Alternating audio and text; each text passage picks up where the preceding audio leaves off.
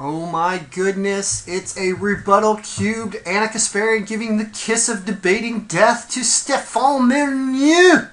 Oh boy, what has happened? She just released a 15-minute video rebutting to the rebut of an initial rebut. It's actually rebutting to the fourth. This is how YouTube works. This is how the conversation happens. I did some analysis of Anna's latest video. I got some timestamps here. Let's talk about what she discussed. Was she right? Yeah, there's a lot of blue here, so you're gonna tell that I kind of agree with that. Okay, released August 12th. I have the other video that Stefan did. It was about 50 minutes. It was pretty long. This one's 15, so we can get through that without falling asleep. She starts out with, Anna says at 0 minutes that Adam's comments were on the Dr. Drew show. It was the Adam and Dr. Drew show. Technicality. We're going to call it a wash, but it doesn't really matter. It's not substantive. 1 minute in, Anna says, middle-aged men mock me. He did do a little bit of that. No class, Stefan. Got to keep it. I mean, you guys should try to keep it nice. I don't have to because I don't report to anybody. But you guys probably should keep it on the higher level of debate, right? For the most part, Anna's video was consistent with that. Next thing Anna talked about was solutions to unwanted pregnancies must be more than abstinence. This was a big discussion and a topic covered in Stefan's video. Sex does happen. Education has to be part of the solution. Certainly, if you're going to be going abstinence only, I'm no anthropologist, but I think we've been fajucking for a long time here, people, and you're not going to tell us that we can't do it. Got to provide additional sources, options other than abstinence, right?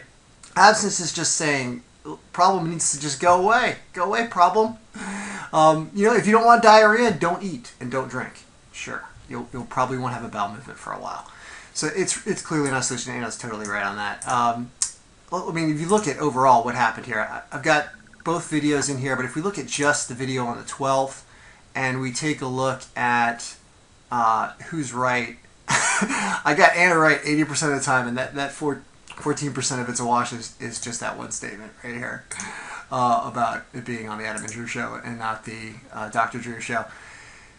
It's ugly. It's ugly, folks. I mean, you look at this combined debate. These are who's right, according to me, but still it's according to somebody. And Anna's definitely winning this seesaw battle. 65% Anna. Stefan's only got 8%. If you look at what Stefan got right, it was back in the first video, and it had to do with conservative. Anna said conservatives don't care about education. I don't totally agree with that. I think everybody cares about it at some level. And then smarter people get lost in the mix of college. That does happen. If you look at all the greats that have dropped out of college, or Bill Gates, I don't think Steve Jobs either dropped out or he never went. You can definitely get lost because you're running through structured higher ed, and it's not for everybody.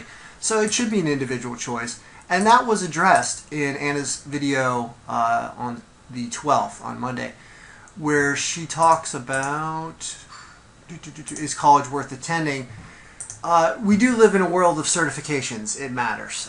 You can be the most intelligent person in the world and not. Actually, the guy with the highest IQ in the world, you can go watch a video on him. He's like a bouncer at a bar. I mean, it didn't happen for him.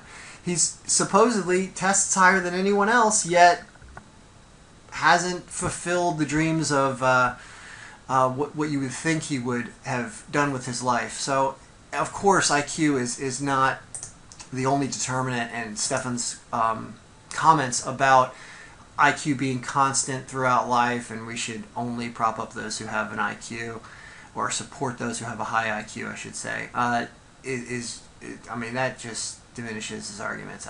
We were dealing with somebody who wasn't on the level when I heard that. So, is college worth attending? It's worth getting it's worth, running the pursuit for knowledge, right? Whether that is whether that occurs in the atmosphere of a four-year institution where you're going to go and pay room and board and physically get out of your house, or whether it's going to start to gravitate toward a situation where we're able to seek out the knowledge we need or we desire, the careers we want to follow through the internet, through the methods of communication that exist today that didn't exist 20 years ago. So college is definitely not worth, 5 years your salary when you get out. It's not worth that much, but it's definitely worth something. So it's worth attending, but we got to iron out the numbers. I'll work on it. Another thing that Anna talked about was property taxes indirectly affecting the quality of grade school education. This is true. I mean, this is a huge deal. Property taxes, it's the one area where your local tax contributes to your quality of life and your future. I mean, there's an inherent inequality there, right? Your wealthier area is going to get a better education, and even if IQ is supposedly fixed throughout your life, you could be born into a poor neighborhood, have a high IQ, and these issues of you not being able to receive, or very difficult for you to receive the same level of high education that someone in a wealthier area would be able to obtain, limits your chances. You have a carrot. I don't have a carrot. And we're in favor of birth control. I mean, we waited 8 years after marriage to have a kiddo, right? Have a carrot. We can go get a carrot. I think we're done. It's time to get a carrot. Right, kiddo? Say, Anna's right. And that's right. You bet it. All right. Kids Talk is out.